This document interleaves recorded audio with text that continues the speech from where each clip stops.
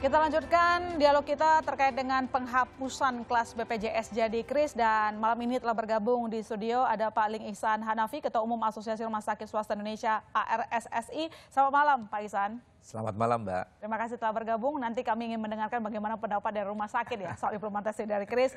Dan telah bergabung juga dari Zoom ada Pak Rahmat Handoyo, anggota Komisi 9 DPR RI. Selamat malam Pak Handoyo. Selamat malam Melona, salam sehat Ibu Bapak. Salam sehat juga buat Pak Handoyo. Dan telah bergabung juga bersama kita Koordinator Advokasi BPJS Watch, Timbul Siregar. Selamat malam Pak Timbul. Selamat malam Mbak, selamat malam Pak Handoyo, selamat malam Pak Ing. Selamat malam Pak Timbul, Pak Handoyo. Malam. Ya, ini malam ini komplit ya. Tadi regulator sudah memberikan pernyataan dan jawaban terkait dengan implementasi Kris. Tetapi saya tanya dulu nih ke Pak Ihsan. Tadi di hasil wawancara itu disampaikan bahwa ya Kris itu kan sebenarnya sudah lama direncanakan, tetapi baru kita akan implementasikan. Saya juga sempat tanya, apakah rumah sakit itu sudah siap? Nah, jawaban dari Pak Wamen tadi mengatakan ya sudah siap dong, katanya begitu. Lebih dari 2.000 rumah sakit. Saya mau cek faktanya ke Pak Ihsan. Siap tidak untuk mengimplementasikan Kris?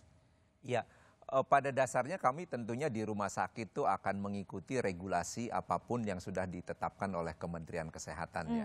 Mengenai Kris ini kan sebetulnya tadinya rencana implementasinya adalah di tahun 2022. Ya. Ya karena mungkin karena ada masalah COVID jadi memang ini mundur ya.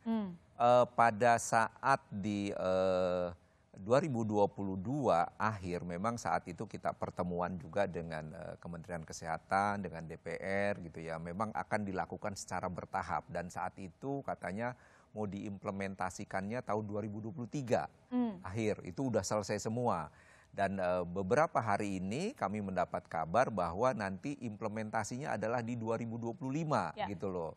Nah ini sebetulnya bagi kami di rumah sakit swasta itu sebetulnya agak deg-degan juga. Sebetulnya mau di mana sih, mau kapan sih sebetulnya mau diimplementasikannya.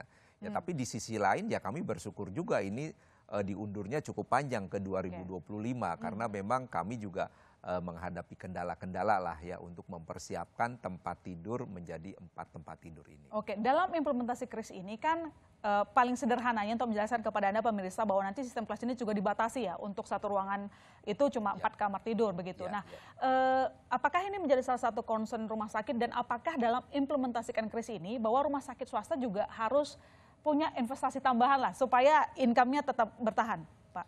Sebetulnya kami juga pengen melihat urgensinya gitu ya. Jadi menurut Anda urgen nggak?